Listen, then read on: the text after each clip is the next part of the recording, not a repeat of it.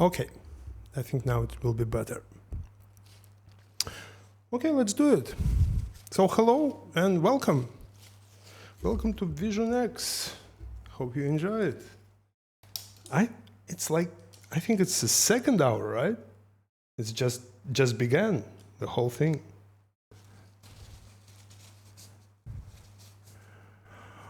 Okay, Patricia, I will paint today and I will show tomorrow the end of it. So if you want to stay and watch longer than 1 hour, it's totally fine. I will continue if someone stays. If not, never mind. Tomorrow I will show recording of finished painting. So I've decided to do it this way because I'm not sure if it will be dry enough tomorrow to continue. So I would rather paint Alla Prima today and show the end of it tomorrow. So today we're going to discuss how to begin Alla Prima painting, how to start, because beginning is more important than ending, to be honest. And for my inspiration today is Chadwick Boseman. I would like to pay tribute to him. Really love this man and what he was doing off screen and on screen. So I feel somehow personal. This, as all pieces I've done, they are very personal. Okay, we have some people. People who just joined, just let me know in the chat. Are we good? We have quite plenty. Oh, Simi, hello. Happy Friday. So, yeah, let's begin. We can talk about colors now, or we can just talk about colors later. Probably it will be nice to talk about it later, because in the beginning I will just use few pigments. Okay, so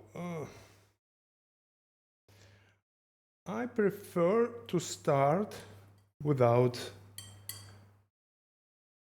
pencil sketch, without drawing, and I like to build first the foundation for the portrait.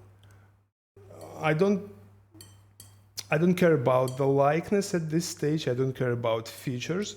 The most things I care about is just general appearance of the planes of the head and how the light is depicting the form. So the first stage is the form, and the second stage is likeness and color. From Costa Rica, wow. What time is it now in Costa Rica? Yeah, and chat, let me know where are you from. I'm so curious.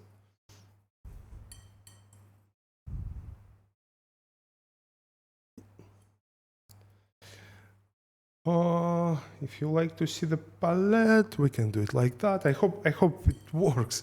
Never did it on Zoom this way, to be honest. So I hope it will work smoothly today. Normally, I use Zoom one-on-one and in group classes, and sometimes I do things like that, but never for many people. So I'm just mixing something which will look like shadow in general. Kind of earth mixture. No, not this one.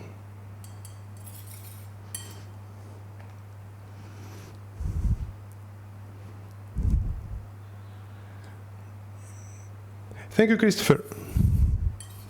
Oh, Italy. Turin. British Columbia, wow. Utah. Texas, Utah, fantastic. So many people from so many places. Portland, Oregon. And yes, Rosemary is in Yorkshire. I'm looking forward to visit one day.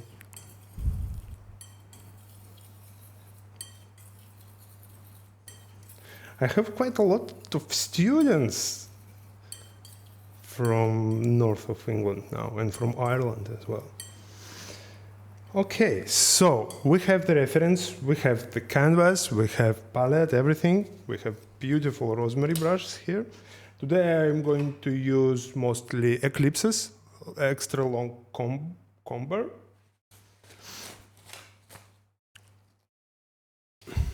Okay, let's begin. No medium, just mineral spirits. Let us have a look at the reference one more time. So we have this reference today. I hope you like it.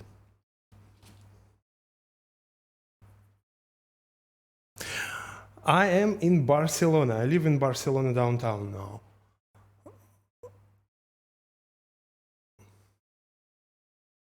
It's quite hot, to be honest, but yeah, I used to live in Thailand for 8 years before that, so it is cooler than in Thailand, but still, for the city, it's a little bit hot to my taste.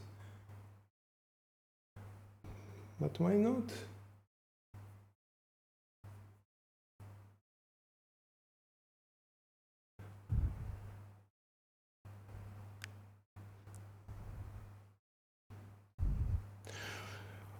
Well, rosemary brushes, they are not just good, they are also very modest in price, I would say. Absolutely affordable, and they last very, very long time. I have brushes I bought even, I don't know, even 4 years ago, and they still serve me well. What is really nice about it, the most expensive brushes, they're bigger ones, but they last longer. So small ones you can like replace quite often, but they're cheap.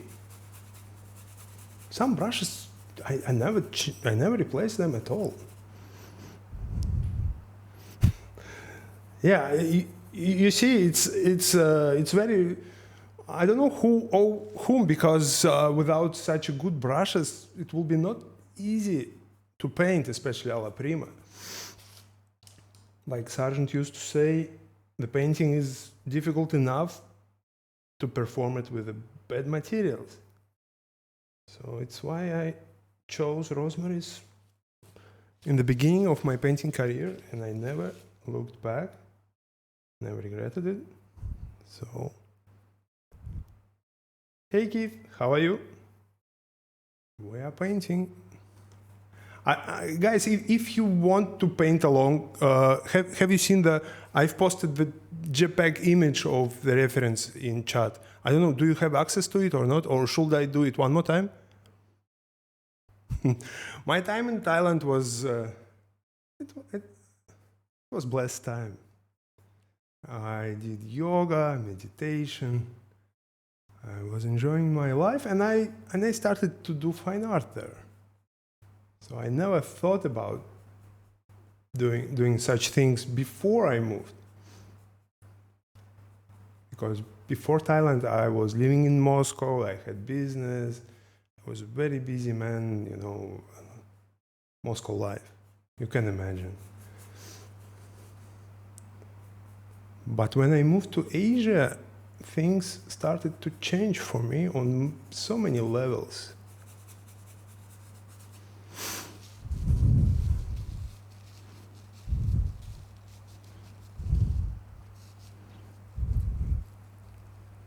Yeah, I will show the reference. Just I was thinking about keeping it always on screen, but decided just to show it from time to time, because today the reference is important, but in the first hour it's not really relevant. What I really recommend to do and to focus on is how you place the general stain of the head on the canvas. Like, just think about composition, think about these triangulars and simplified big shapes which you can see, and it's all. So it's what I do. I always paint, not always, but I prefer to paint from very general to quite specific.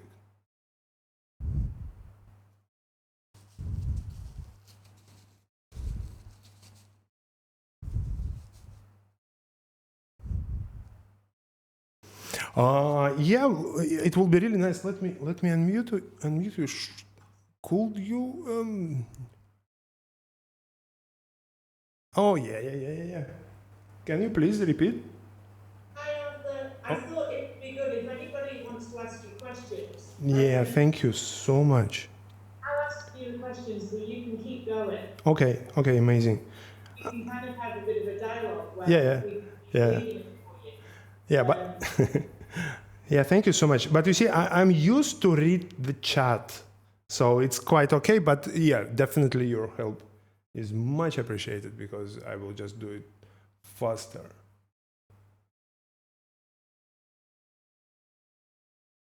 Okay. I suppose a question I have straight away then is, what colours are you using for the blocking stages right now? Yeah, good question. I've started with a raw amber, a little bit of burnt umber, because when I squint, I look at the shadow, and I see kind of a deep dark brown, very warm. And this is a good foundation for the shadow because I don't want to use any cold looking pigments or mixtures for shadow, which is obviously very warm. So, but after that, I've decided to add a little bit of phthalo green lake just to knock down the redness of the shadow because the burnt umber seems too red to me, at least what I see on the canvas. I assume that the colors which you see through the zoom could be a little bit washed out, but in general, yes, it will be like that.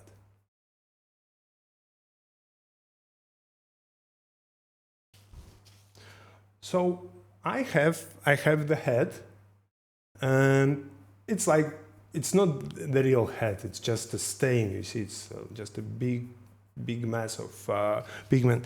But as you can see in my reference, the background is very light. So if we talk about the value design here, we have the light background, we have darker skin tones. Even I would say even the lights are darker than the background. Only the highlights, they have the same value as the background.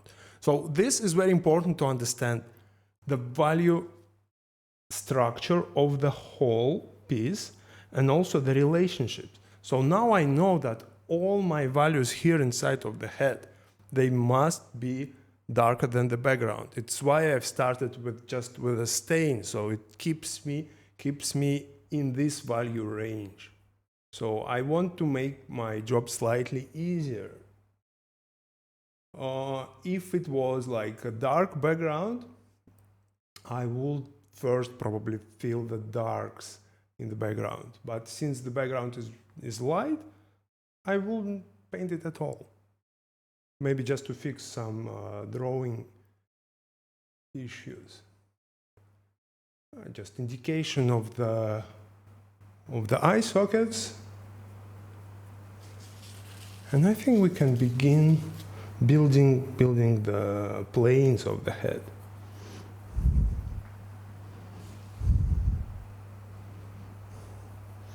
Yes, let's talk about the painting from movie stills, because we like to be inspired by movies, and I think it's absolutely amazing, the mythology of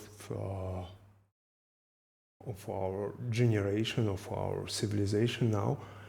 The problem is that movies are not really suitable for classical portraiture or for classical painting because they use so many light sources. They perform color grading. They change many things. So it's really hard to find good reference. I recommend to focus on singular light source when you try to paint from movie still, because they seldom have just one light source. Normally it's from 3 to 5, something like that. But one will be always dominant.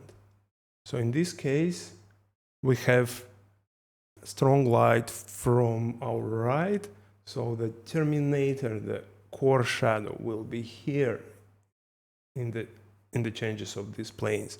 So I can just assume that this is going to be my shadow part. We have a question. Yes, please. How many hours a day do you spend painting? I try to paint at least 20 hours a week, but life can get in the way.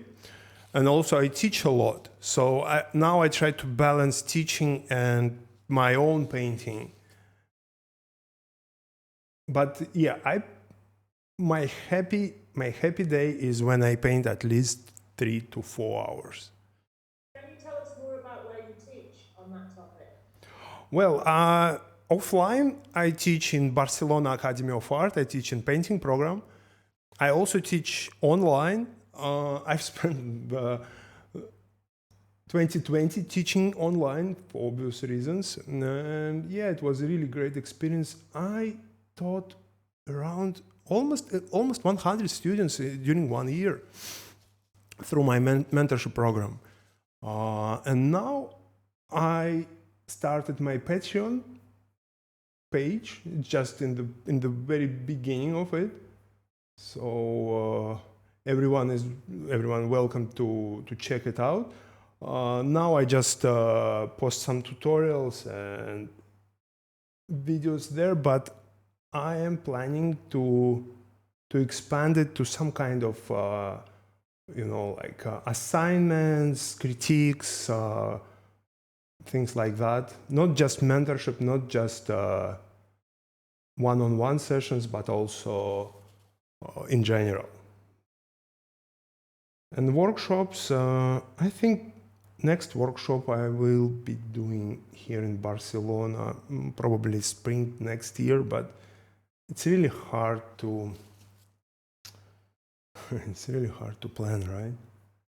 So I hope it will return.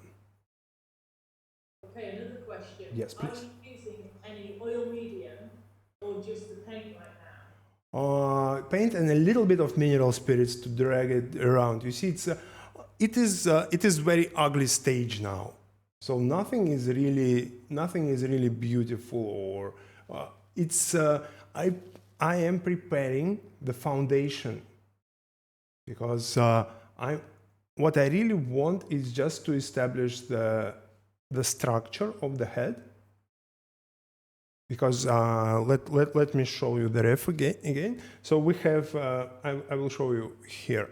We have, starting to the left from this part, we will have shadows. Here, from the center line until the shadow, we have darker midtones. And to the right, from the center line, we will have lighter midtones. So I will say we have just 3 value groups here in this reference. So for me, what I really want to do is just to map them now and to throw some pigments, just maybe, I don't know, in 5 or 10 minutes, I will already start to model things. The reference, is that done on your iPad? Was that reference something you've done before, or where did you get that from? It's just a movie still. You see, when I watch the movies, I like some moments, I would say. And sometimes I just can notice really good lighting or paintable situation. So I have like just a screen capture, just one still. And after that, I tweak it in Photoshop. So I have already kind of vignette in this case, or I can even make some composition just to help me to paint it. So normally I process the image through Photoshop. Okay, let us check. Questions Yes. come up asking about copyright and any issues that may arise from painting from movies or from the television. Never heard about it. Normally, I don't know about copyright holders, but actors, they like it. my paintings, they hang on the walls a lot in England, by the way, of actors. So I don't know. It is derivative copyright by any means, and you see, it's not like when you paint, when you use movie still as your reference. I don't think you are creating some kind of a copy or so.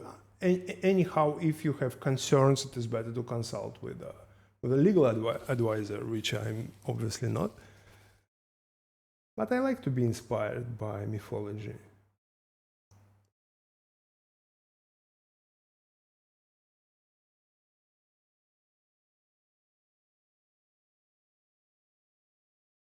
I think it's so interesting that you're still, you haven't moved away from your original palette at this stage, still to block in. Yeah. It is still blocking because this is quite important, just to block in. And what I really try to achieve is softness of the edges, the hierarchy of values. I will work more here, but I just don't want to have opposite temperatures, because problems begin when we have something cool in the area which appear warm, and vice versa.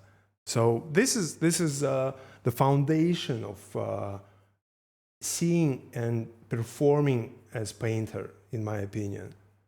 Focusing on temperatures and values first, and on hue and subtle things later.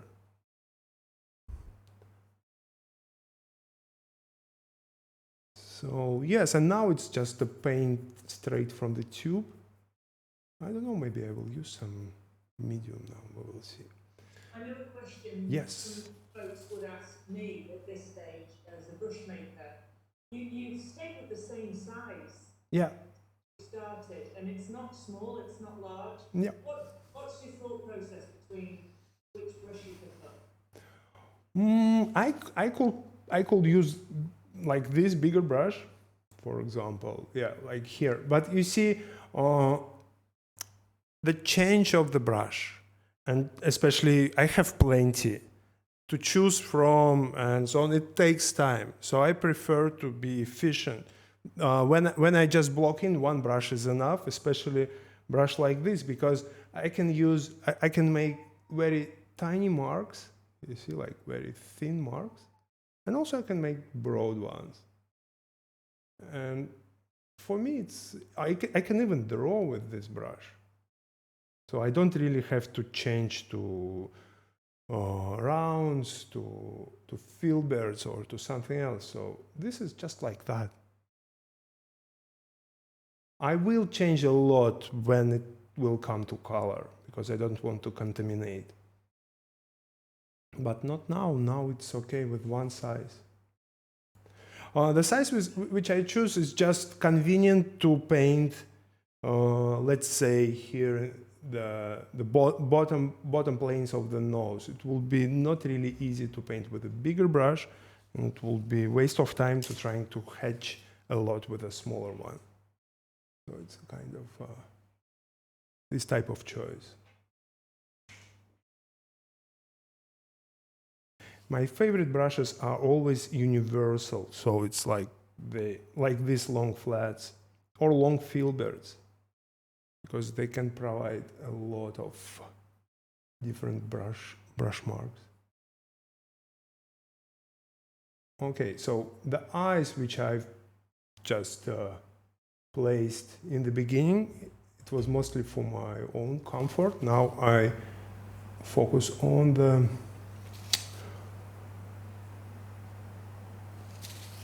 the eye socket in general. And how does it feel?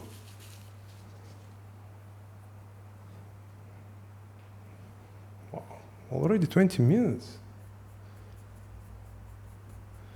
So this is how I normally start. I could just jump into rendering right away, you know, like fixing everything during the process, because nothing is really final. And you see, what I recommend to do is to keep your edges soft. And it is what movie still can teach us, because in most of the cases, movie makers, cinematographers, they use a lot, as I said, they use a lot of light sources. So we don't have really strong cast shadows, and we don't have really strong contrast. And the actors, they look really nice under this light. It provides difficulties for painter, but this difficulty is very important because all you see are just soft edges. And this is really nice to understand and to learn that in the portrait, in the face, most of the edges are soft. One of the most common mistakes my students make is when they paint everything with the sharp edges.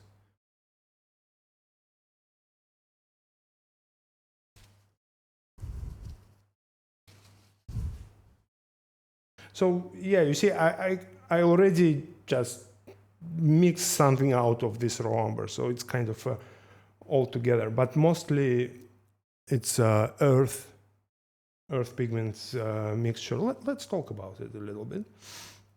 So what do I have as my core palette today?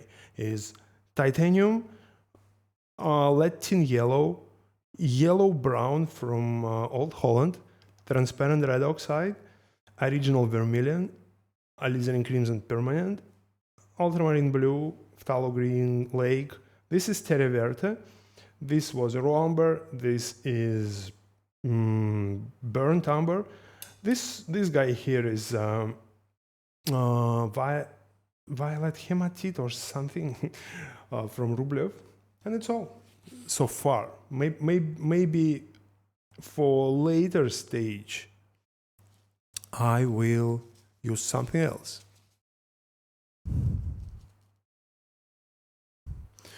Good question about landmarks.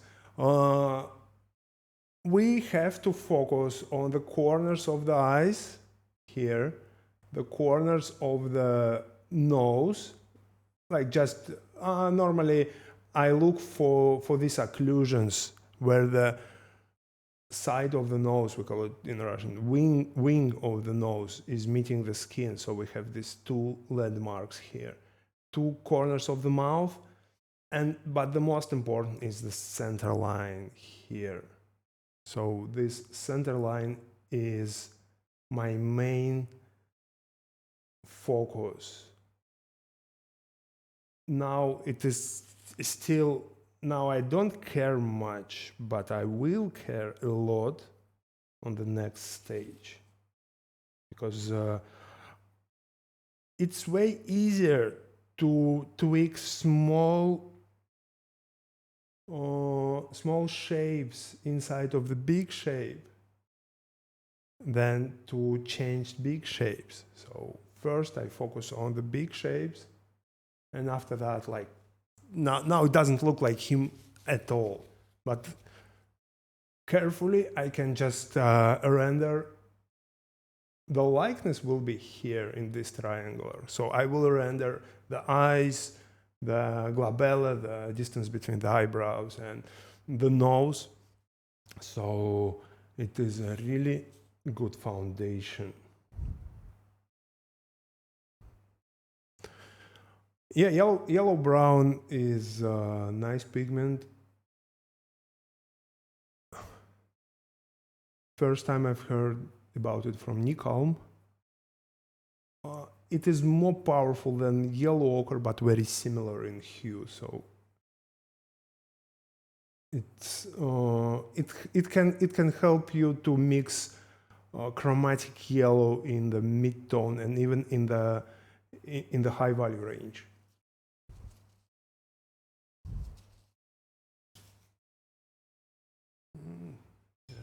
So cheers, everyone.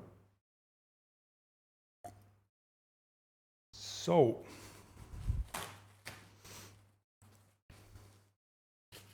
yeah, feel free to ask questions because I'm really used to paint and talk and explain. This is what I do very often. Okay, I've got a question. Yeah. What's in your coffee mug? Good question. It's oolong. I hope I pronounce this Chinese name. It's a Chinese tea, oolong. Very nice in the hot weather like that.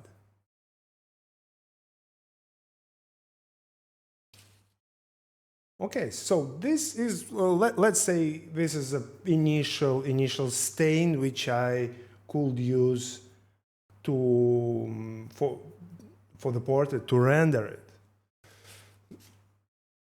When I teach, I recommend first to do like that, just raw umber, very simple. Just big shapes first, and after that, if everything is okay, move on with the colors on top of that when it's dry. But the same we can do in Alla Prima. So everything is quite wet on wet now. Okay, I think we can just render something. I hope it looks. Let me know how does it look. It looks a little bit thinner than it should because we have some distortion from the camera. But so far it's the best setup I am able to use.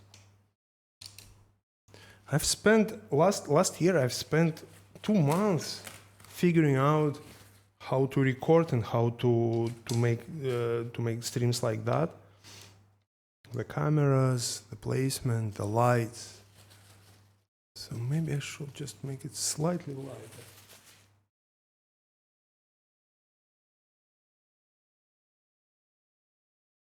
Yes, let's do it like this. Okay, let's mix. I prefer to start working in this area in glabella because glabella is a natural center line. So somewhere here, and the nose will go there. You see, I can use the palette knife to scrape things for myself, like to indicate the lights. So we can just go ahead.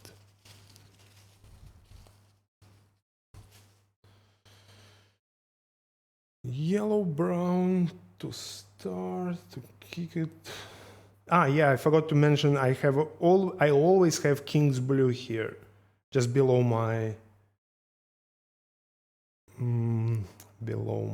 white, to alter the mixtures, because especially mixtures in the lights.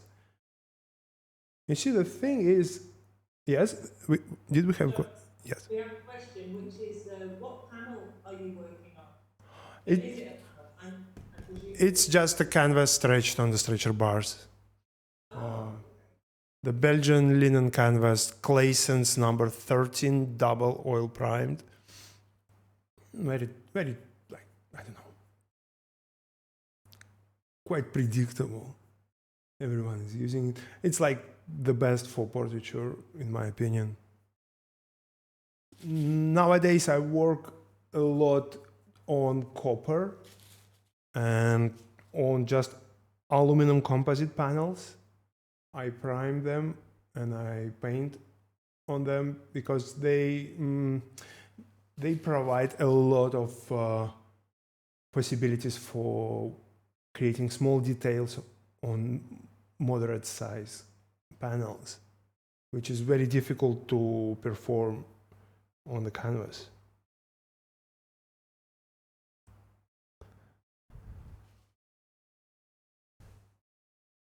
Yeah, it's just oil primed linen. I toned it yesterday with a Van Dyke brown mixed with something.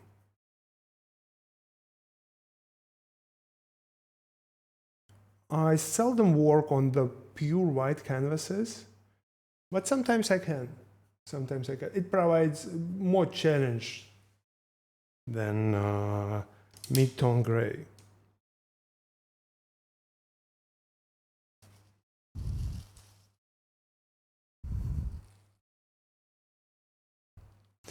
Yes, Mark, the relationships can change, and normally they change into opposite.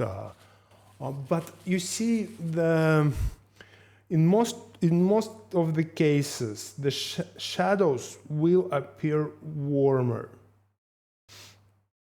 because what makes shadow warmer? The reflected light, the ambient light, just feeling the shadow, and especially indoors. Indoors, the most of the reflected light it will be warmer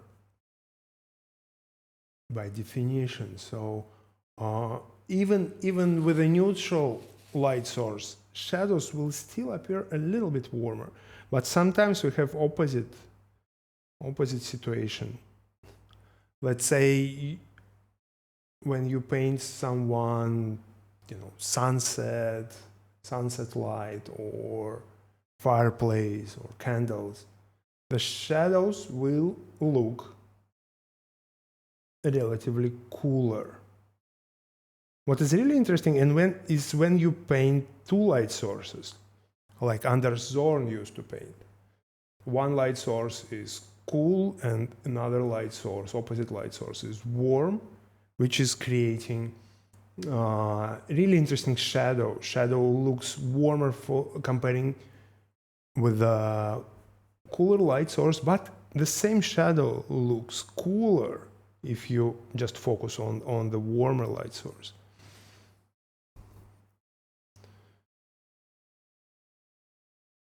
But normally, it looks okay if you just make shadows warmer, and the highlights and lights, you just mix them cooler. The most important is temperature shifts or warm and cool relationships. You need to start with something, right? So I recommend to start with the shadows, because for the drawing we also need to start with the shadows. It's like we are killing two birds simultaneously, if I may say so. I am against of killing anyone.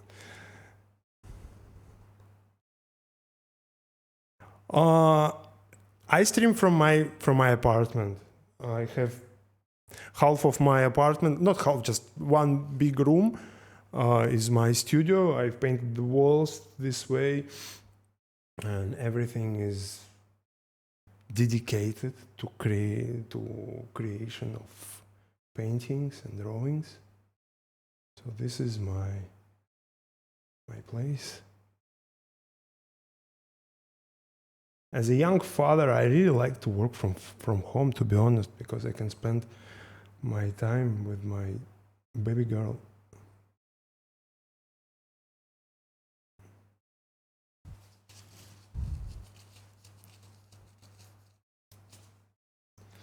Okay, so another thing, we can use brushes also to pick pigment up. You see, let me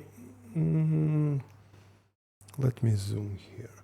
Let's say we have the philtrum in the lips, which will be very important center line device. So I can just pick it up now, the pigment, with a brush, with a just dry brush, clean dry brush, and it's all. And also I can pick it up here. So at this stage, it is always adding and removing. But in any stage, to be honest. So don't be afraid to manipulate the pigment. I remember when I saw Mancini's painting for the first time in Florence, I was blown away of the way he'd been manipulating the pigment and commanding the canvas.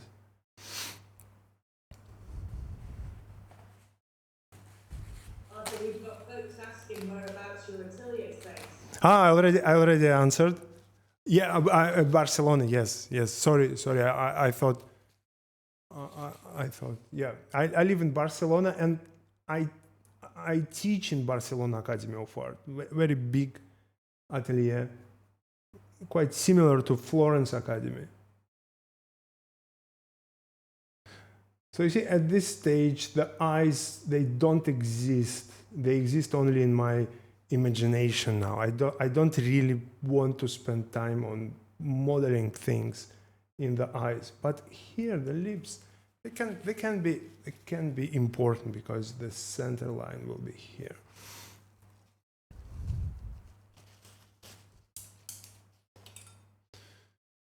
Okay, so now I want to add some variety in the values.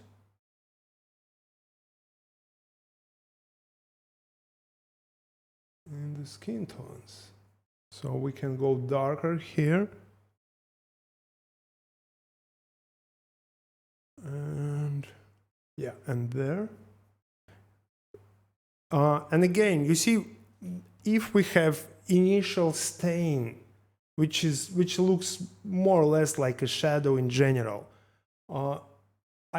in this case, I don't have to paint over it. I can just use it as a foundation, like here in the ear. I will just, let me just, yeah, let's say it is correct, the placement. I'm not sure, but why not? So I can just go darker in the ear now to indicate the darks in it. And what was dark just 20 minutes ago now looks like lighter part of the shadow. Because I try to be very simple with the shadows. I prefer just to have just two values in the shadows. So my initial dark will work as the lightest shadow part. It's lightest shadow value. Okay, so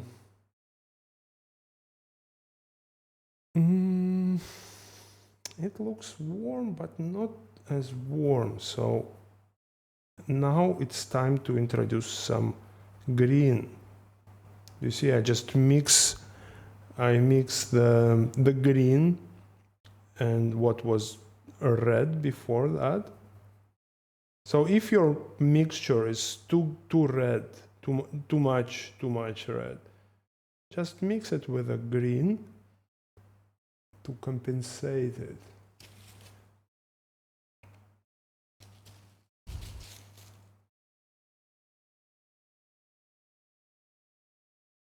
So now I just want to throw some pigment here to model the form.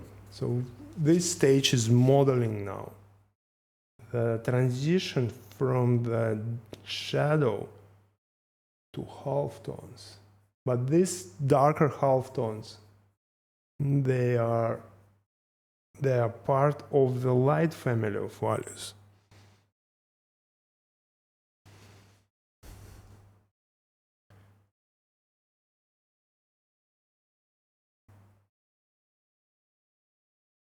Yeah, Jamie, I already answered. I prefer to paint 20 hours a week minimum. But you see, the painting itself, the performing of this, sometimes it is faster than the rest, than preparation of the reference. When you see, if you work, let's say, with the models, first you have to photoshoot or you have to make a setup. You prepare, you think in advance, probably you work out the composition, many things. So the actual process of painting can be faster, can be just shorter than the rest. So like everyone, I do many things. I have many chores in my studio.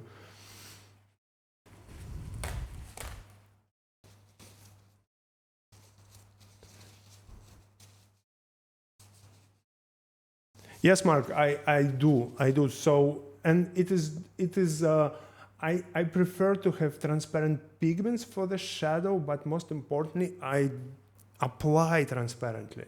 So it's like let's say we have something now. And what do I have? Yeah, like this brush is amazing. Before it dries, I can just knock everything down with this fan brush. So I deliberately keep my shadows as transparent as possible. And I know that the lights will be opaque nonetheless anyways. So in this stage, everything is quite transparent because I'm going to paint over it. I'm going to fix things, to find the likeness. But the shadow will remain like that. So this is quite important for me because I prefer to have transparency. Wait a second.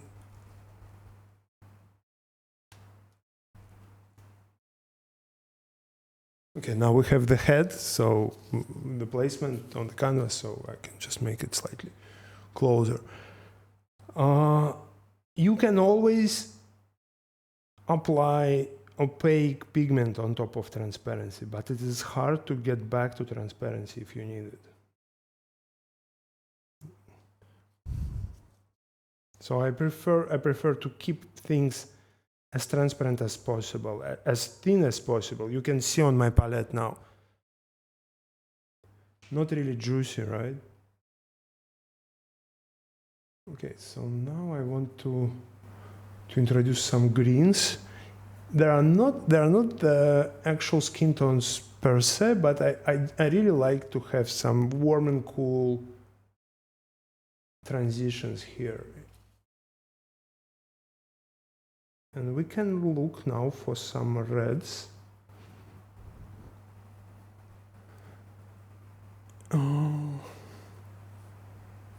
Yeah, and let's paint the nose.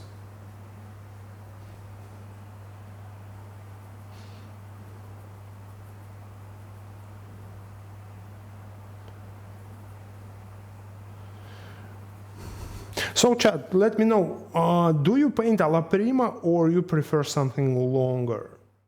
I'm really curious to find out about what people prefer to do.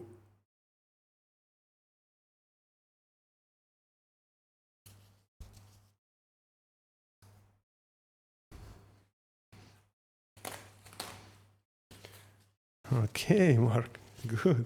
Because yeah, for me, alla prima is, I just really like it.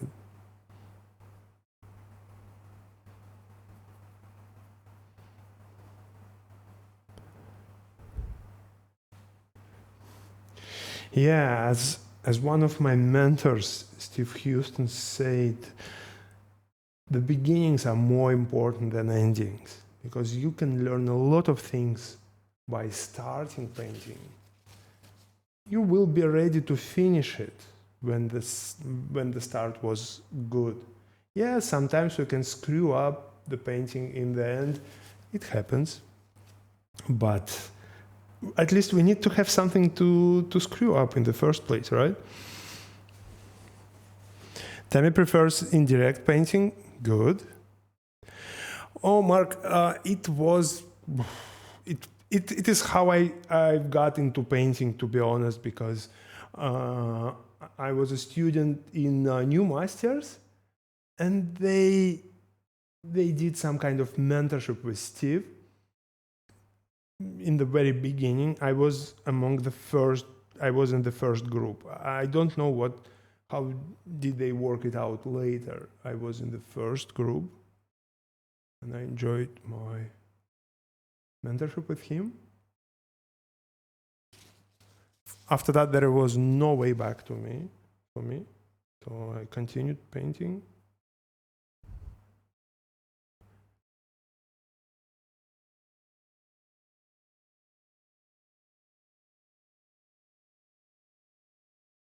So as you can assume, I have many pieces, big ones or finished ones. They are seldom, even faces, they're seldom painted in one sitting. So normally I paint on top of alla prima. like just refining small shapes, finding some new color accents, just small things, make it more aesthetic. But Alla Prima is, yeah, it's like a magic because it has some freshness, and it also shows the decisions painters made.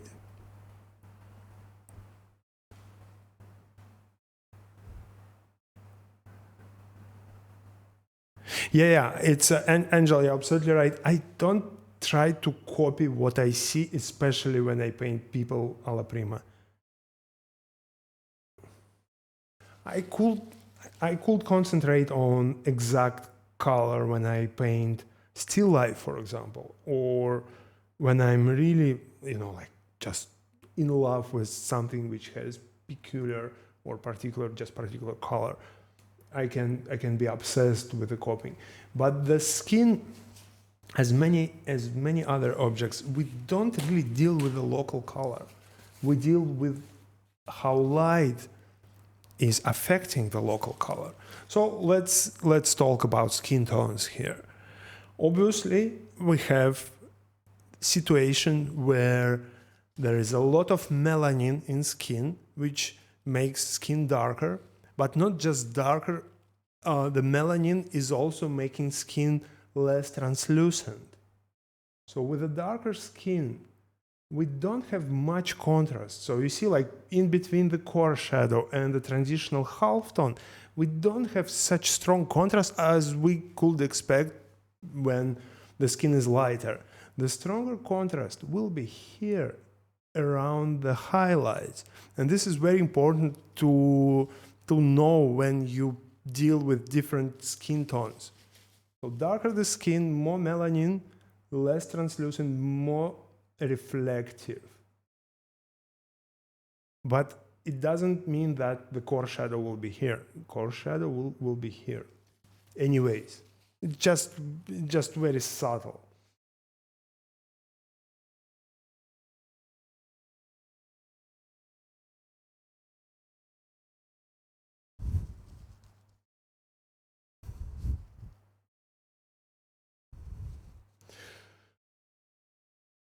Christopher, you see, probably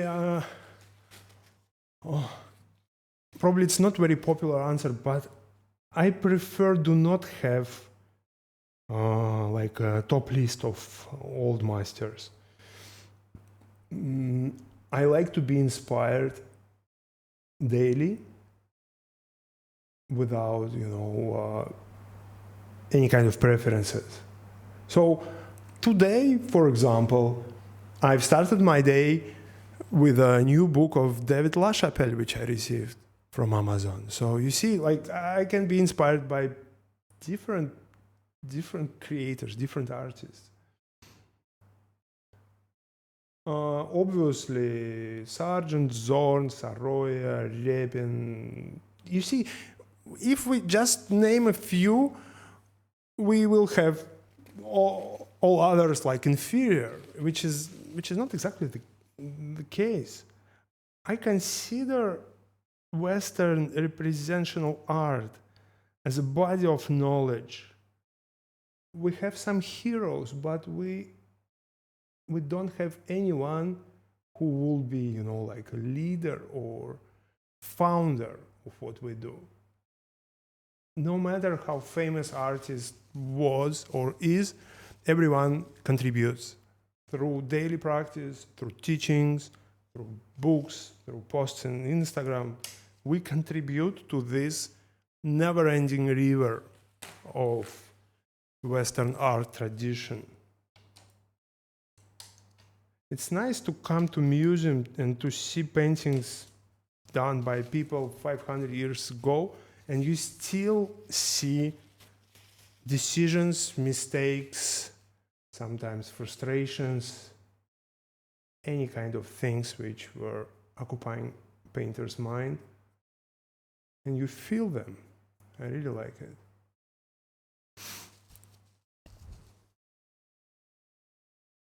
So still very, very general. Let me just have a look. Okay.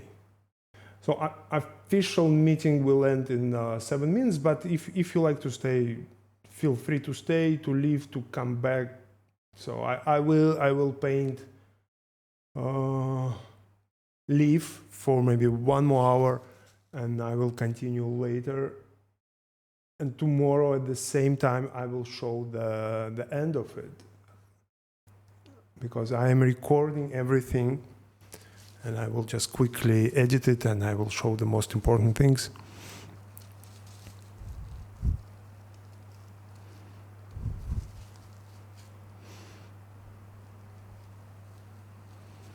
Okay, the paint's titanium white, which I didn't use at all. You see, yes, this is another really important thing. When you work with the shadows, especially in the beginning, don't touch this. It's okay.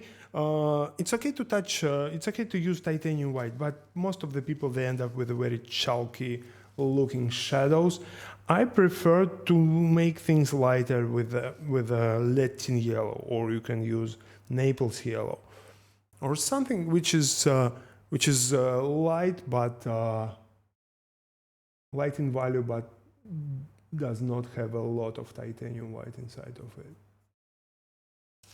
It is how I keep my shadows dark, contrast, and full of color or temperature when I need it.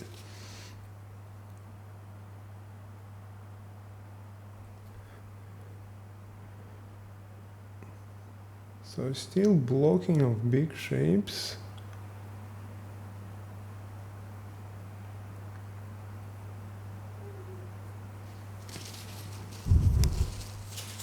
So Latin yellow, yellow brown, transparent red oxide, original vermilion, alizarin crimson permanent, ultramarine blue, phthalo green lake, raw amber, burnt amber, violet hematite, and this is just the same.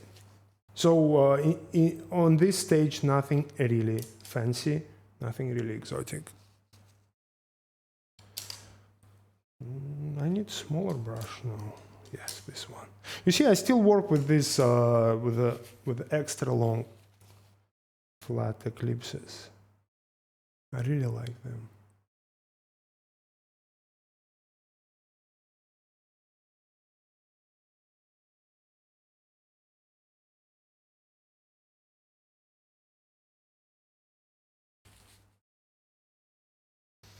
So let's just drop the highlight, the indication of it. So when I paint, I squint a lot. I mean, a lot, like a grumpy person. Yeah, obviously I squint for bigger shapes, for distribution of values, but I also prefer to squint so I don't see the highlights. I believe that the form should be expressed without highlights, and highlight is just like a cherry on top of the cake, something like that. So here I consider the lightest halftones, not the highlights yet.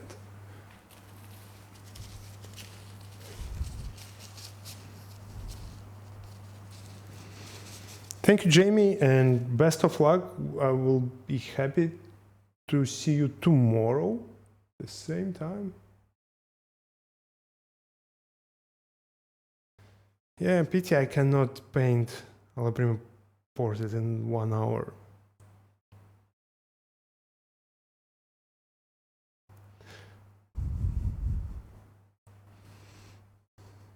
Yeah, so this is the end of official first part. Thank you so much for joining me. And yeah, I wish you best of luck. This is how I start the painting. And this is very important, in my opinion, to start with very loose brush strokes, to work with a general form first, with a foundation, with a basement for the head. So when it comes to rendering the features and small shapes, it's way easier, and somehow more convenient. You see still no eyes, still nothing, and the likeness is very, very off at this point.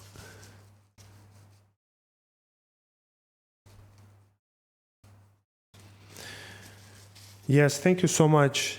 So I invite you to join me tomorrow, same time, and I will show you the end of it, how I've painted everything, and we will talk about the process, and also I will answer the questions. We'll give you some advices on practice. So yeah, it will be really nice. It will be really nice to come to Yorkshire to teach in workshop. I'm so big fond of this area and the nature there. Okay, so the joy of painting.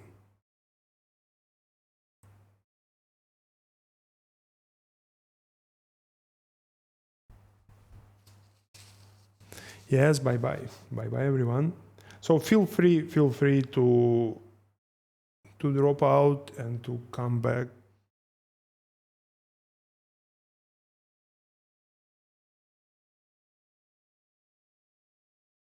Yeah, and also there are some links you can see on the screen. There is a link to my Patreon, and there is a link to my Twitch.tv broadcasting. So I will paint this Sunday. I will paint another Marvel hero with my people on Twitch. So everyone is welcome to join, to participate.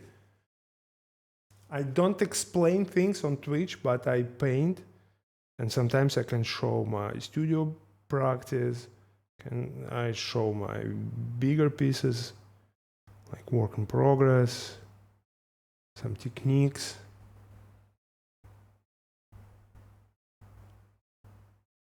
Okay, the lower lip.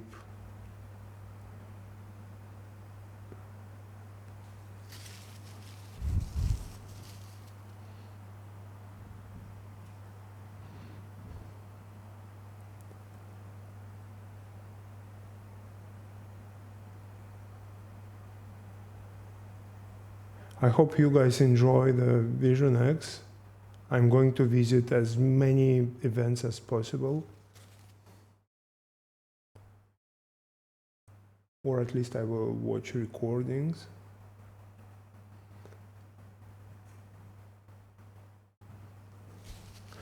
So if someone stays, just feel free to ask questions in chat. Don't hesitate. I'm here for you. Yes, the lips are going to be challenging. As always, the mouth is most difficult part.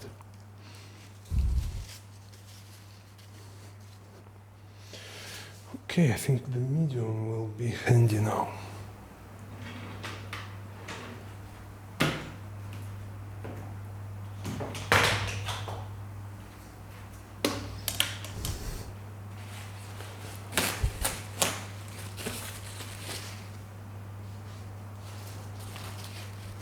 We have a question out there. Yes, please. Did you ever try digitally painting? Yeah, a lot. I used to be illustrator, graphic designer, concept artist before I turned to traditional mediums. And I use a lot of digital tools nowadays for my references, for mockups. I use 3D. So I model in Blender, I render in Octane for painting. So many things. And very often I just paint in Photoshop my compositional studies. I really like to work digitally when it comes to brainstorming, because there is no limitations and I can quickly just throw things like photo bashing or kit bashing. to see will idea work or not before I commit. Like that piece behind me, that one. I don't know if I. Yeah, you see the focus works.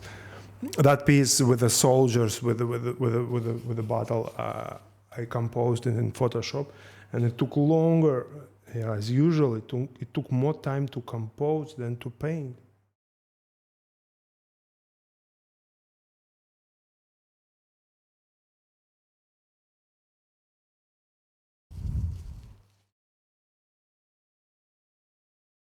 So it's like I actually I don't really see big difference between digital and traditional mediums.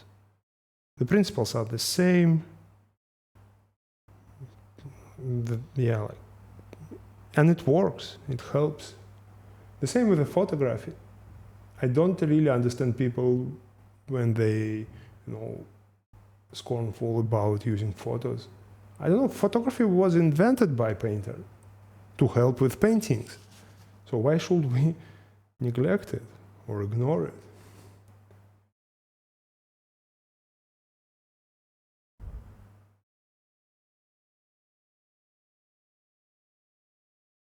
Yeah, I'm so curious. How far can I go with this small portrait?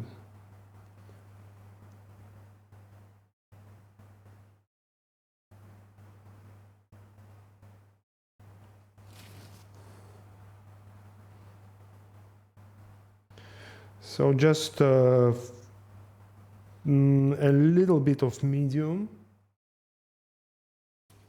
because the umber layer already started to dry out. So I use a little bit of walnut oil.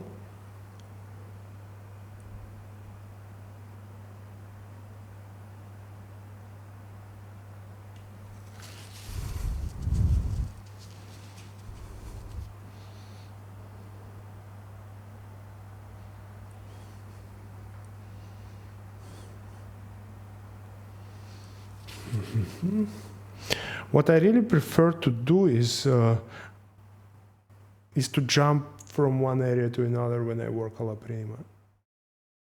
With the longer pieces, I do opposite. I focus on one area or one task, and I just try to finish it before I move on. So I create some kind of a plan.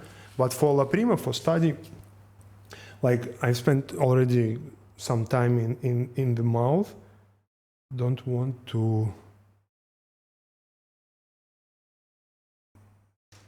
be occupied too much with it, so I just move on.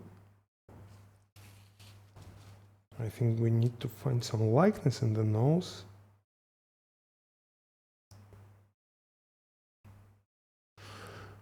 What is really interesting, in the distant eye socket, I see some kind of purples. So maybe it's time to mix them.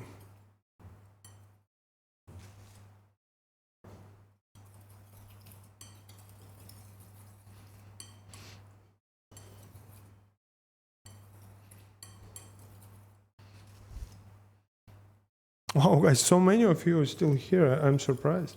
I thought everyone will leave. I hope I don't violate anything. Continuing. So tomorrow I will we will be focused mostly on answering questions and on some things like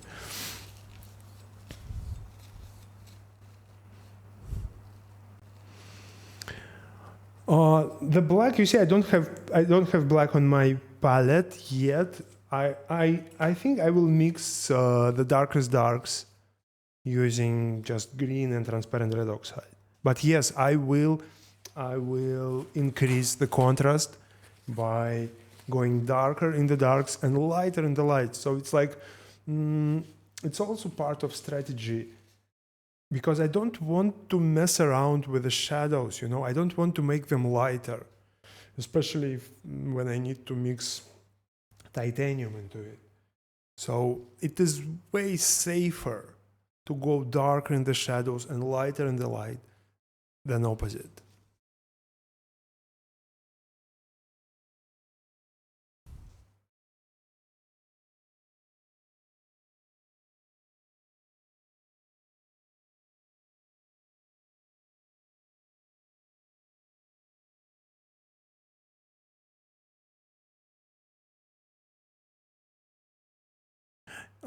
I seldom print out references. I work from this place. I've heard some interesting opinion on printing out, like it is compressing the print is compressing the values.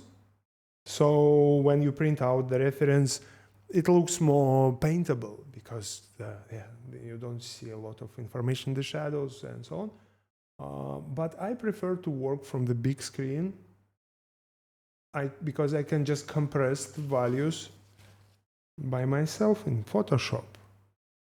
So yeah, I'm using 27-inch screen on swivel arm so I can rotate it when I need. It works really well for the portraiture because I can just create life-size reference, and it's very convenient to paint this way. I used to work from iPad screen, but iPad is too small.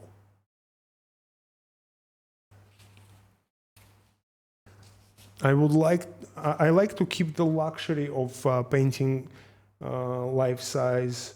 I don't do side size, but sometimes I just need to have the same size reference.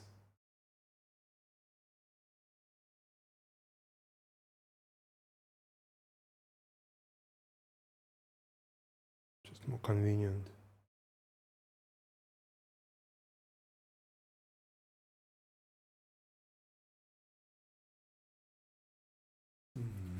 Mm-hmm.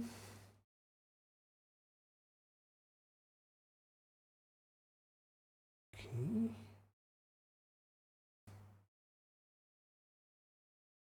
Still, likeness is off.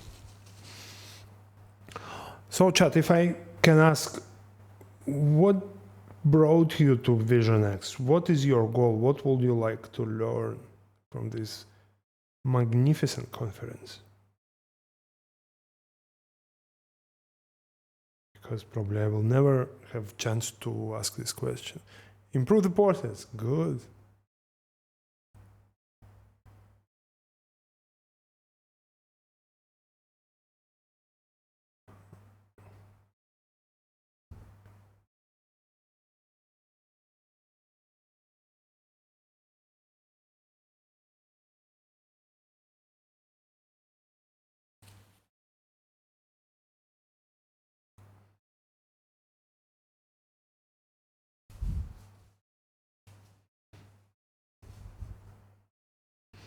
Yeah, Mark, I understand. The same for me. The same for me.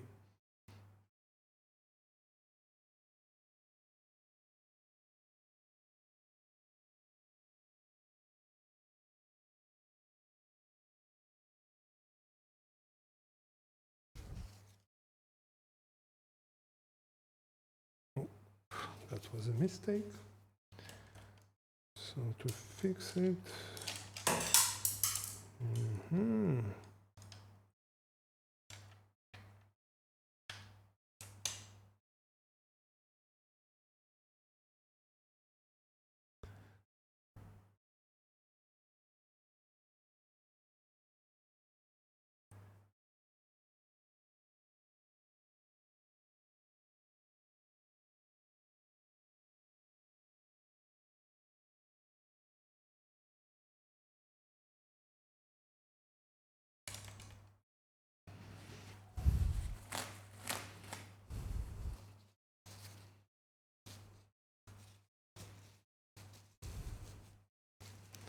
Yeah, such a good answers, guys.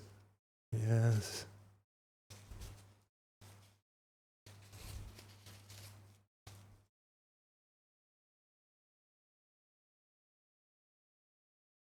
Yeah, I'm super humbled to be part of it.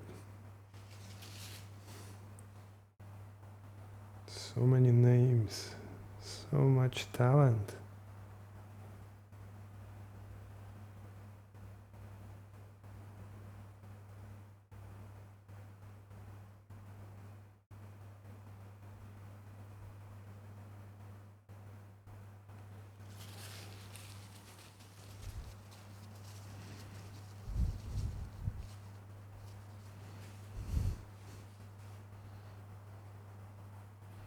Yeah, the process of decision making, and also, like small things, like little mistakes, little changes in direction. It's really useful to watch.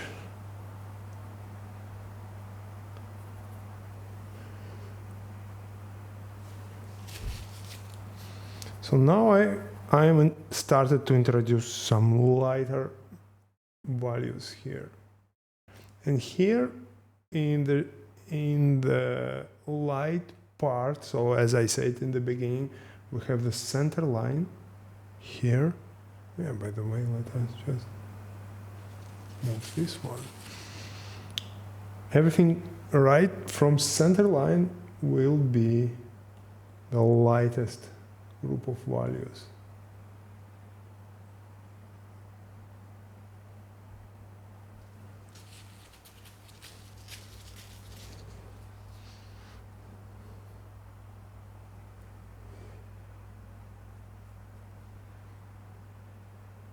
Still very blocky.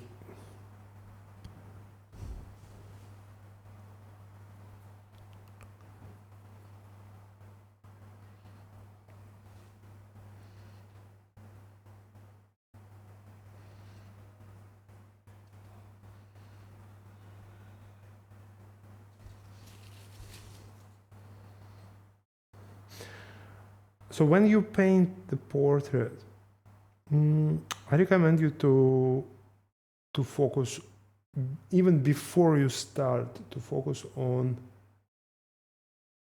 answering some questions. First is where the light is situated. Can I paint my painting in the way that I can describe the placement of the light source? How form is depicted by the light? Where the shadow? Where is the light? And where is the core shadow, the terminator, the border between these two value groups? Because sometimes it's very hard to find out where exactly the shadow and where exactly the light is situated. And in this case, we will have to use a silhouette, the shape of the shapes, to describe the changes, which is way more difficult and quite seldom rewarding.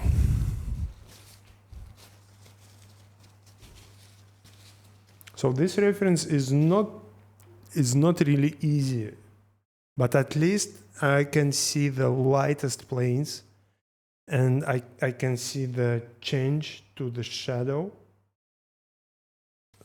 like somewhere here, so I can focus on that.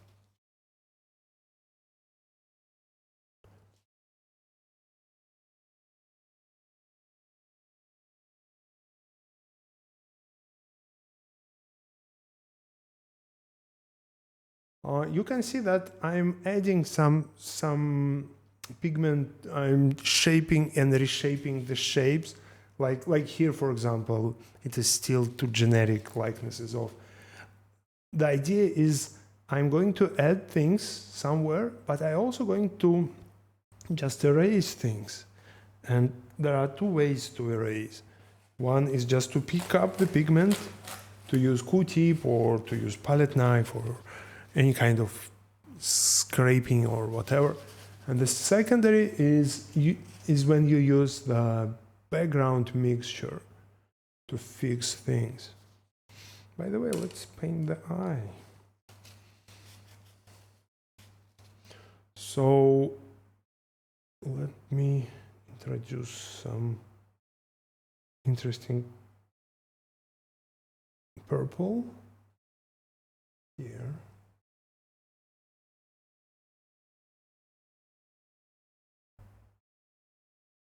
And this one.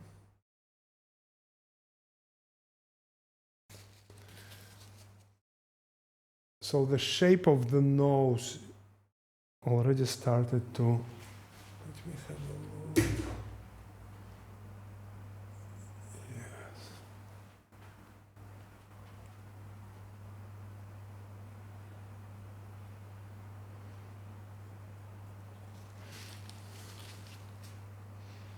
You see, it's like I'm increasing the focus slowly.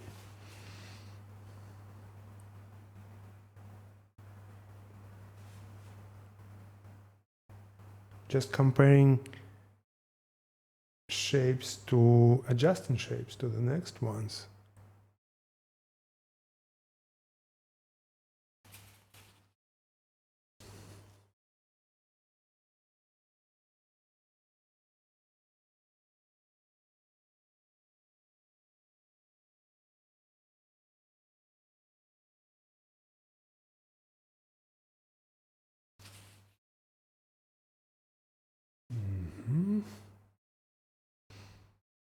Chat, if you have any questions, do not hesitate. Don't be shy.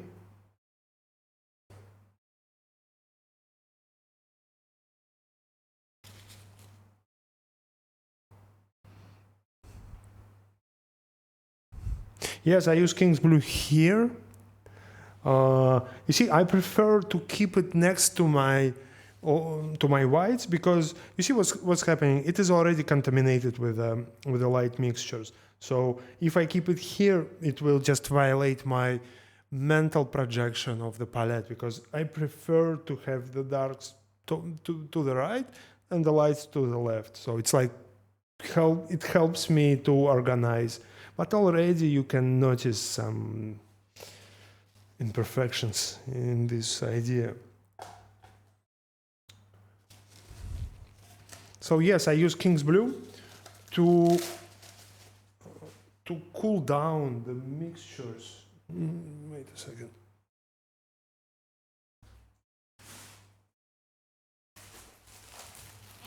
Because the point is, if we want to, let's say we mix some light. Yes, this is also a very important part of studio life. When I run out of paper towels, yeah, everything stops. I cannot paint. And it is one of the things I teach my students from the very beginning. Always have a lot of paper towels handy.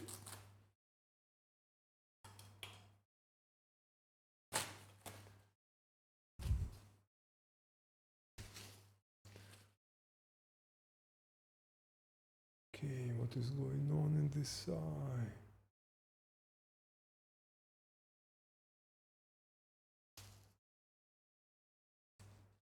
I tried to use rags, but I ended up with the dirty rags, with the dirty hands, and with the dirty brushes. Everything was just dirty.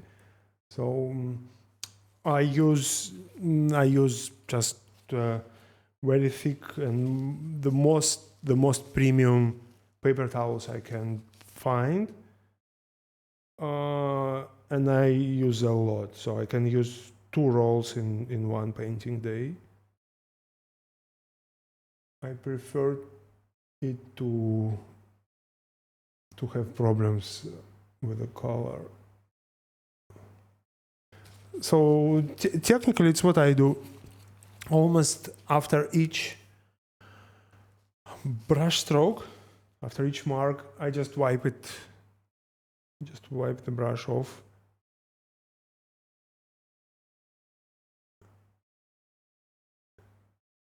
It doesn't clean the brush completely. So the brush will still contain the previous mixture, And if you don't jump between the lights and darks, randomly, it will just keep the overall harmony in the mixtures during the course of painting. When each shape has a little bit of color of another shape. Cheers.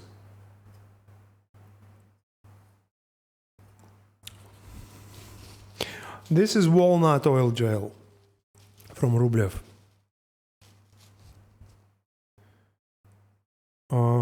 I just use it to increase the flow of brush, of paint. But you see, not now, for example, because now with the white I will mix thicker, so I hope it will just work as I want. But for Alla Prima I can use a little bit of oil.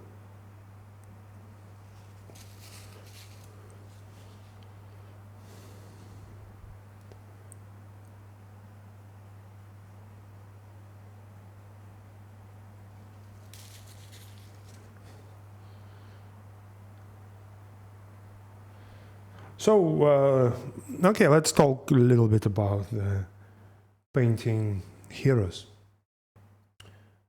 It is a really good practice to paint someone everyone knows.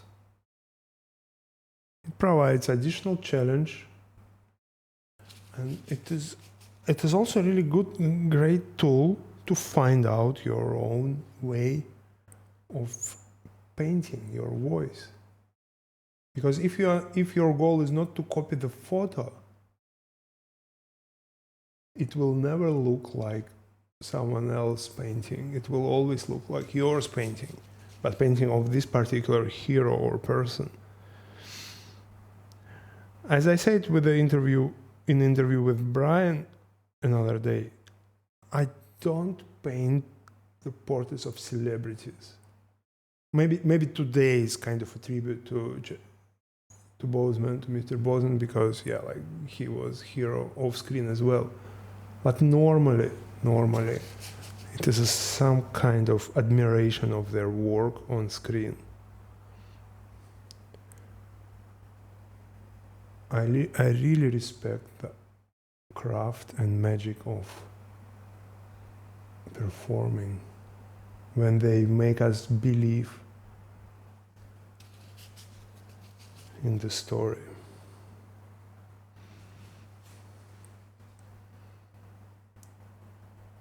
Like, I finished to watch Loki, and you can see in this series how powerful Tom Hiddleston's craft is when he can express the plethora of emotions and culmination of the story without saying a word, which is a pure magic for me.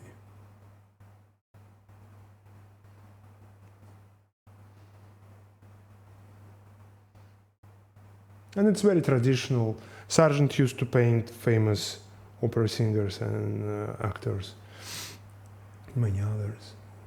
Zorn, of course.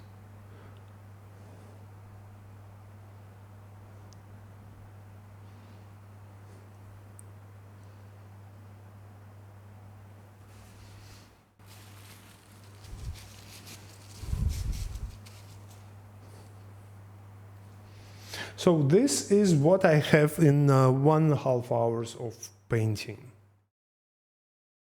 Sometimes I can achieve a result faster, sometimes it takes longer.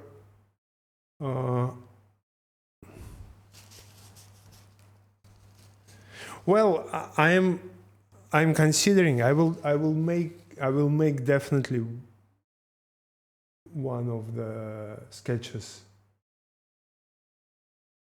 I was thinking about painting Loki, but so far, maybe in the last episode, I don't know. You see, it's what I said in the beginning. they do their job, the cinematographers, and they do it nicely. But most of the scenes they create with light, they are almost unpaintable in terms of classical portraiture.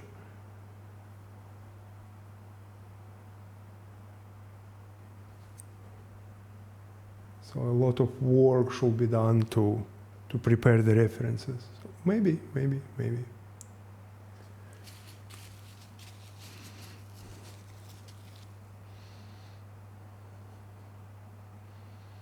It is really good practice.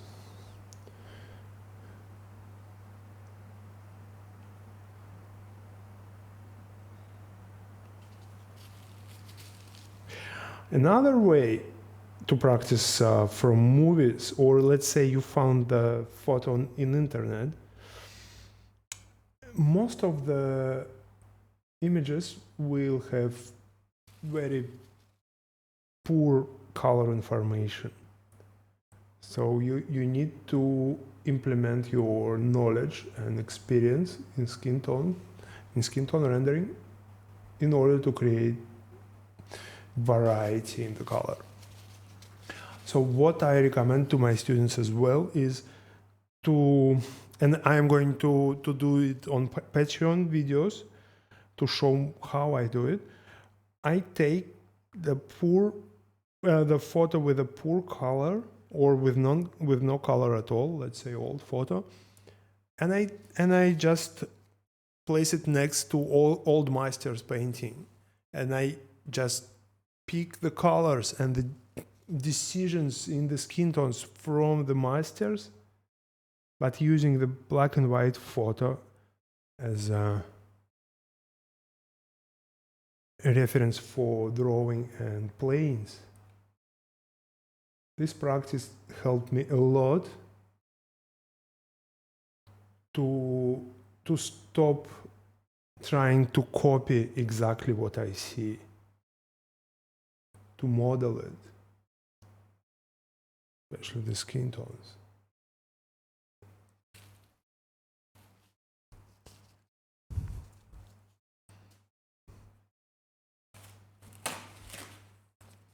Yeah, it's. I was thinking about making it in August. I hope in September or October I will. Now the Patreon is still in development, so it will be more dedicated to education. But even now, I have a lot of things already up there.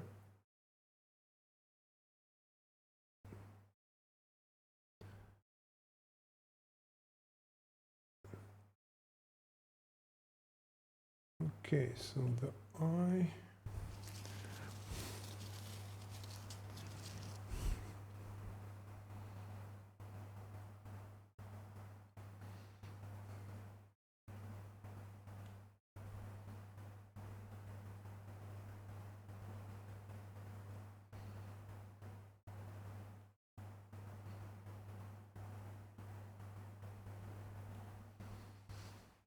Mm-hmm.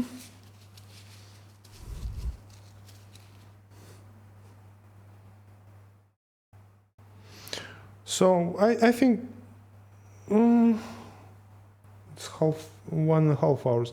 I will paint for maybe 20-25 minutes longer now. If you have any questions, I still will have few people left. I'm really surprised and honored to have you.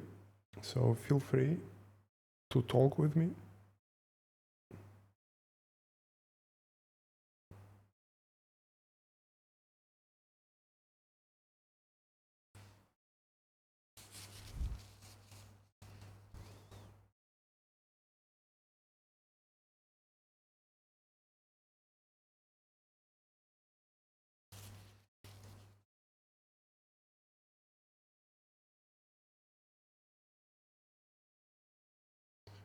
So still I use just few brushes, all of them rosemaries, and almost all of them they're from Eclipse series.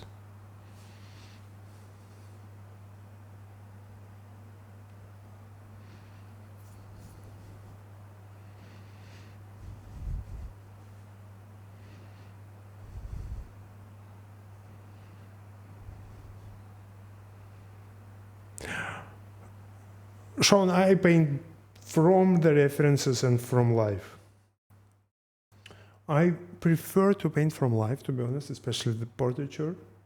For me, painting from life is easier because I don't have to invent colors. I see a lot of, temperature shifts, local color, interesting things when I paint from life. So I always envy people I teach in Barcelona Academy of Art because they have such luxury of painting from life.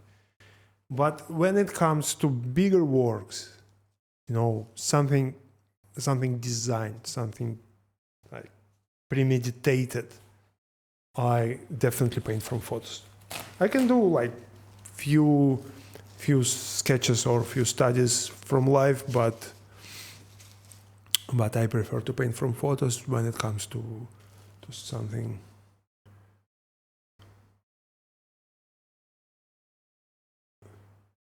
It's more convenient.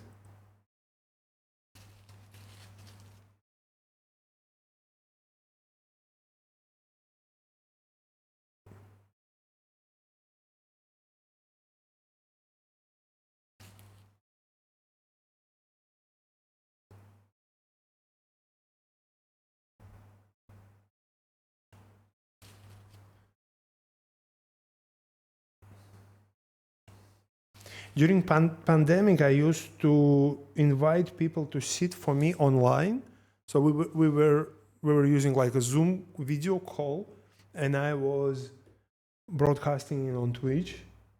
It was kind of like interview, podcast type of chat with a painting. It was quite funny. You can I think you can find a couple of such sketches on my YouTube channel. Just look for Arthur Gain on YouTube.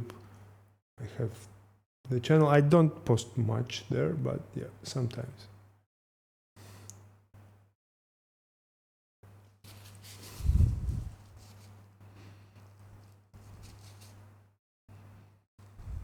Thank you so much, Christopher. Hope to see you tomorrow.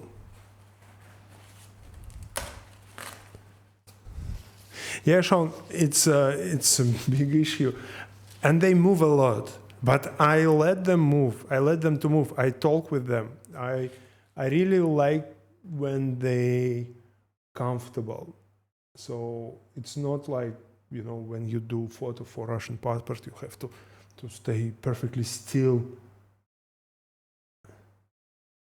It is very difficult practice, but it provides a lot of fun and it is really helpful. So I was entertaining and keeping myself in a shape like that during pandemic. But to be honest, even now, I still prefer to have less contacts, unfortunately.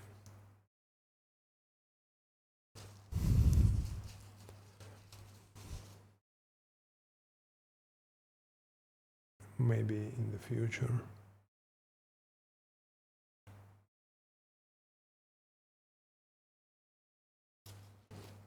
So tomorrow I will talk about the importance of drawing and drawing practice.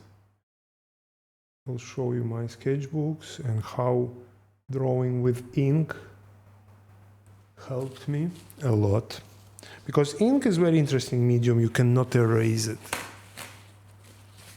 So if you cannot erase it, you have to think 2 steps ahead all the time, or 3 steps ahead. So it's like scheming.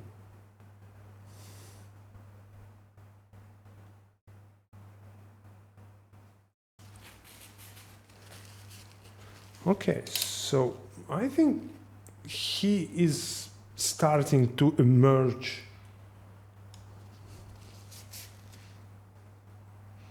And I really like the process. I can just spend whole day painting. This is my dream, to paint 8 hours a day.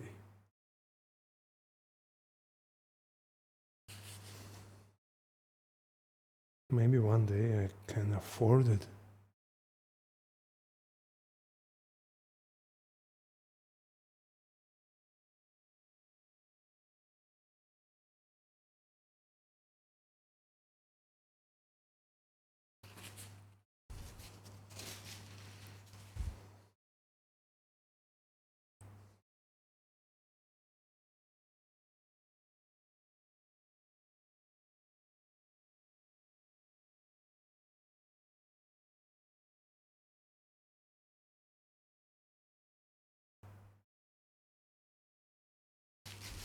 So, chat, the question.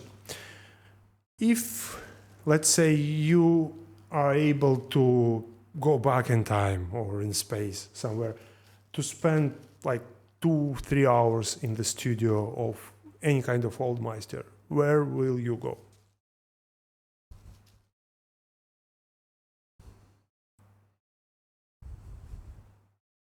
Caravaggio?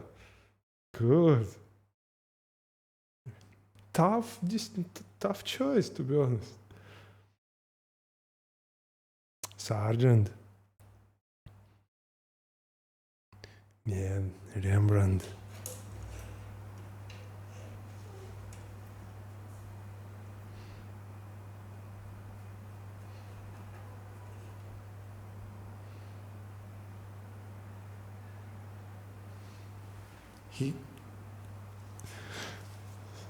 Yeah, Saroy, surprisingly, yeah, like Saroy probably was the most accessible painter of that period because he used to paint a lot outside. All this, horses on the beach, paintings in the parks, so you can just come and watch. I think Rembrandt was not like that. But his house is so impressive. I really like his house. Both houses. Saroy's house, it was the first place I went when I first time came to Spain. So we flew to Madrid, and next day we went to Saroy house and Prado Museum. Yes. I've learned a lot about studio organizing just by looking at Saroy's place.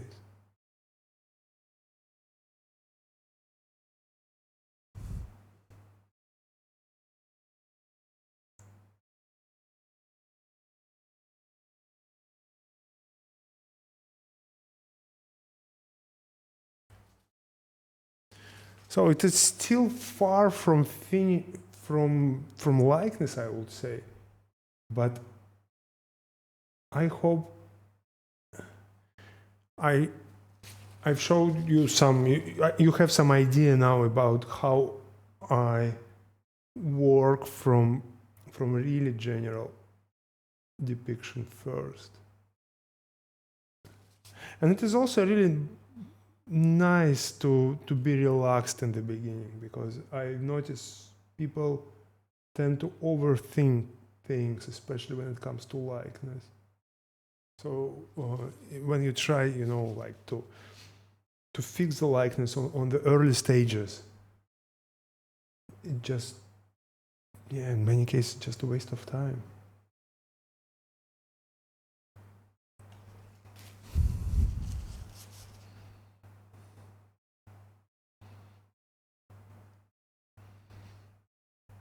So I highly recommend to work from your favorite movies, to grab some pictures when you watch Netflix or even YouTube. I like to watch YouTube, the channels about YouTubing. when the people with the cameras, they explain you things, the lights and how they do this and that. Photographers, they have such a beautiful light with the cast shadows. It's like free reference images. So I like to sketch top YouTube bloggers. Good practice.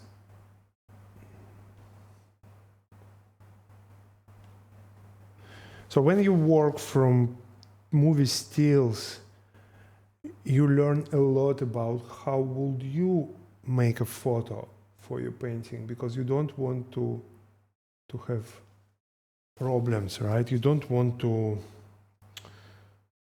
shoot yourself in the foot in the beginning. So when you work from poor photo reference, you learn a lot about how to make your own. And this is the key to be successful in portraiture.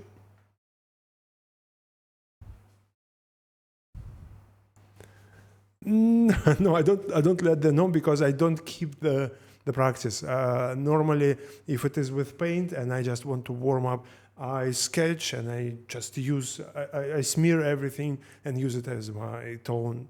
Or I just do digital studies, sometimes ink. So yeah, like I invest my time in mastering the craft. This is most important. When everything is okay, I can perform like that, and sometimes some Alla Prima paintings, they turn out really, really good. I even have some paintings I'm proud of. So, but for me, the process of creation is equally important and exciting. It is why I record my process, and it is why I broadcast my process, to share the joy of painting. Almost like Bob Ross. Yeah, but nobody can beat Bob Ross in this aspect.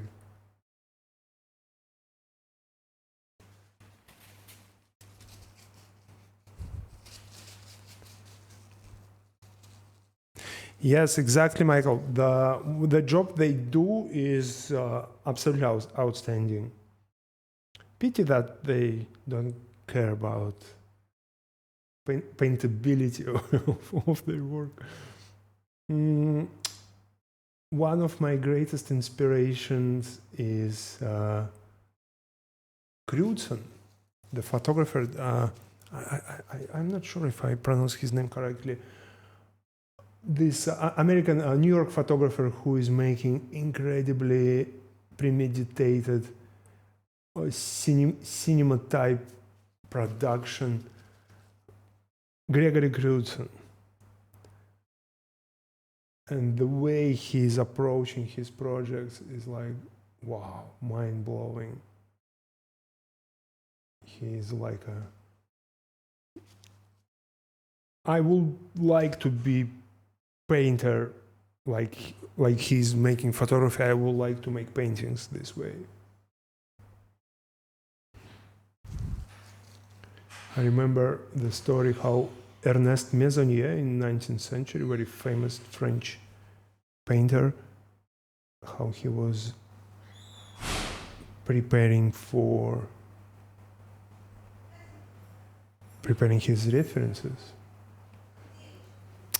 Just one second.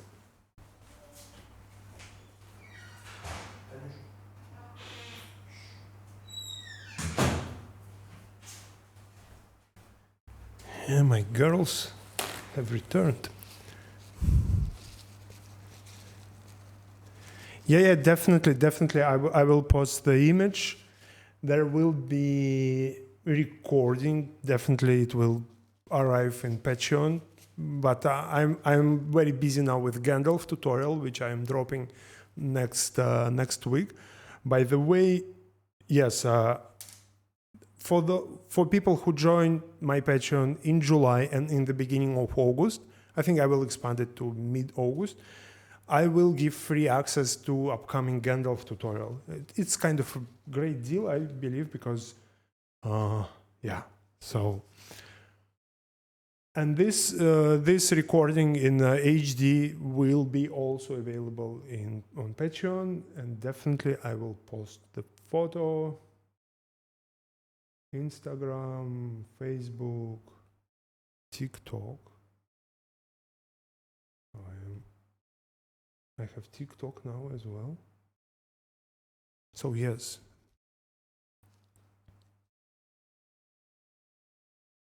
Yeah, sure. I really like what he's doing with these old cameras, with this handmade little cameras, using old school lenses. As I was talking about the pictorialism movement in photography with them yesterday on Twitch. Was it yesterday? Yeah, I think so. So I've been talking about it. I was showing my favorite books on pictorialism. So Jeremy Mann is doing the pictorialism photography. I really appreciate it.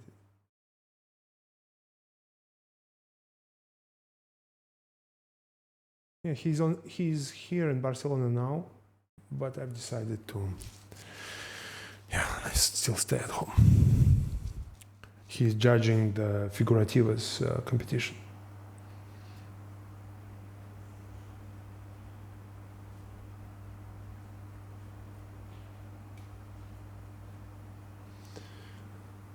So it looks like he's emerging a little bit. So I've spent 2 hours now. So yeah, like this type of result is okay for 2 hours. When I work from such references, you see, like it is already almost dry. When I work from such references, it takes me longer than 3 hours to finish, because it is way easier to have the cast shadows, and yeah, I think I will show tomorrow the references which are easier for La Prima than, and I will explain why and what I do. So normally I just make photos. Yeah, on Patreon I also upload monthly reference sets, mostly for portraiture, but sometimes also for figures from my own collection of references of models which I used to work with. Thank you so much. Yeah, it's like it's still the beginning. But what I do now, because you see, it is already getting, it is already drying. So I use fan brush to distribute exceeds.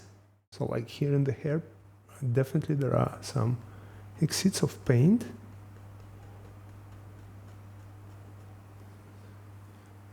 I want to just to smooth everything out and just to distribute everywhere so it will dry faster.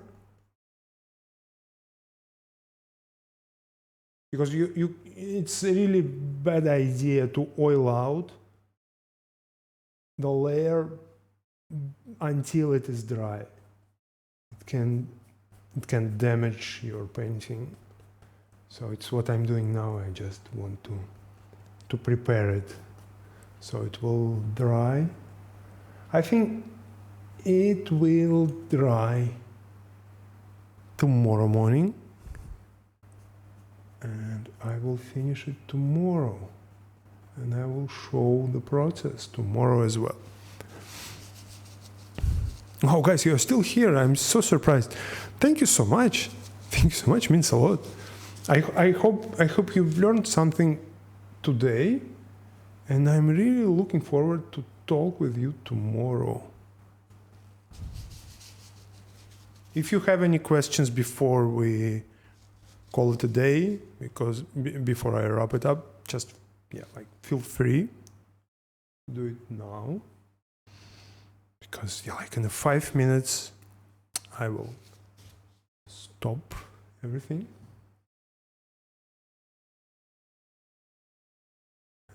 If I knew there will be such interest, I will took all 3 days, because I really like to paint and to talk about it.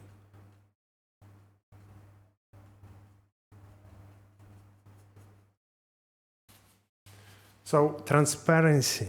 Let us look up close.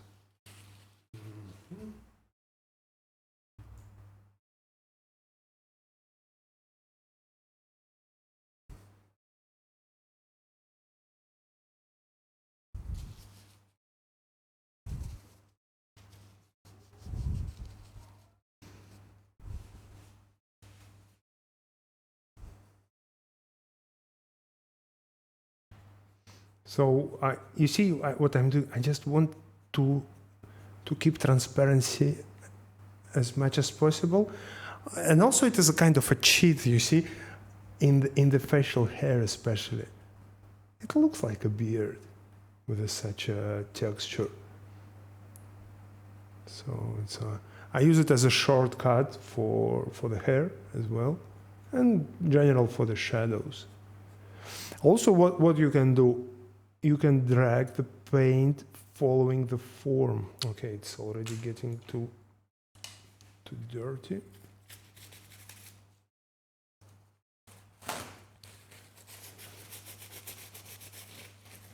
It is very important that the brush which you use for that is very soft.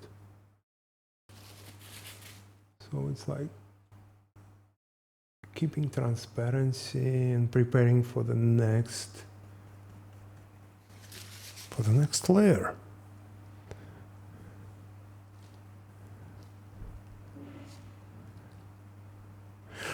Michael, good question. Yes, many people do it. I look at it in the end.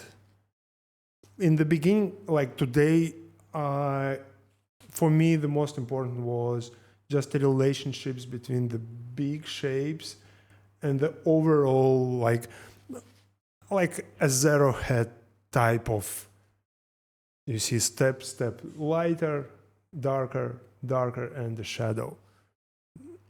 So yeah, thank you, Sean. Thank you so much. So I keep in mind that I will definitely render a lot here in the nose, and the lips are going to be my main challenge, because the character is very obvious in this photo in the lips. But in general, I prefer the illusion to likeness. So if there is a choice between illusion and caricature, so let's say everyone will recognize the person, but there will be very little or weak illusion of the three-dimensional object, I will choose illusion. So I will sacrifice the likeness with no doubt. Because for me, the best painting, like Michelangelo said once, the best paintings, they look like sculptures. And the worst sculptures, they look like paintings. So this is what I'm trying to achieve all the time. I try to achieve the three-dimensional illusion of the head in this case. But if I'm lucky enough to have the likeness, peculiar features or something characteristic, it's nice.